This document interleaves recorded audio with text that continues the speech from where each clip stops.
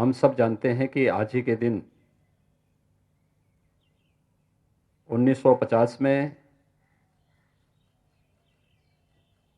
इस देश की व्यवस्था को संचालित करने के लिए इस देश ने अपना एक संविधान लागू किया था।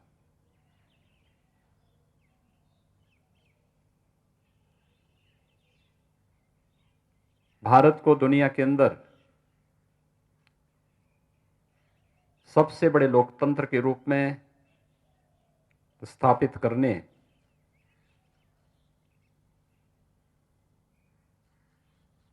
भारत के अंदर अनेकता में एकता के भाव को सृजित करने में हमारे संविधान की बहुत महत्वपूर्ण भूमिका है। मैं सर्वप्रथम 72वें गणतंत्र दिवस के अवसर पर भारत के उन सभी महान स्वतंत्रता संग्राम सेनानियों को, जिन्होंने भारत की स्वाधीनता के लिए अपना सर्वस्व न्यौछावर किया था, आजादी की लड़ाई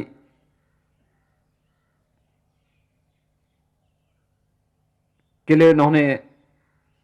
अपना योगदान दिया था, ऐसे उन सभी स्वतंत्रता संग्राम सेनानियों के प्रति विनम्र श्रद्धांजलि अर्पित करते हुए उन्हें कोटि कोटि नमन करता हूं। आजाद भारत में देश की सीमाओं की रक्षा करते हुए, देश के अंदर आंतरिक सुरक्षा की स्थिति को सुदृढ़ बनाते हुए शहीद हुए वीर जवानों के प्रति भी विनम्र श्रद्धांजलि अर्पित करता हूं। भारत का संविधान भारत के प्रत्येक नागरिक को बिना भेदभाव के एक समान अवसर देने का पक्षधर रहा है और आजादी के बाद 1950 में संविधान लागू होने के साथ ही भारत के प्रत्येक नागरिक ने भारत के संविधान की इस ताकत का एहसास भी किया है। चाहे वह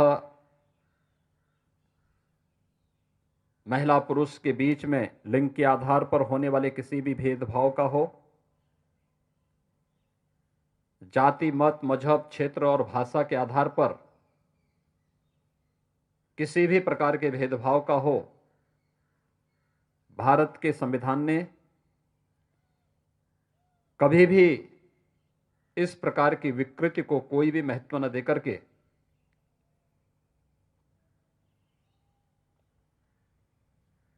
देश के अंदर भले ही जातियां अनेक हों, उपासना विधियां अनेक हों, मत और मजहब के आधार पर लोगों की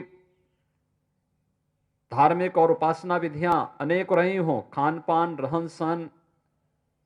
वेशभूषा अलग अलग रहा हो, लेकिन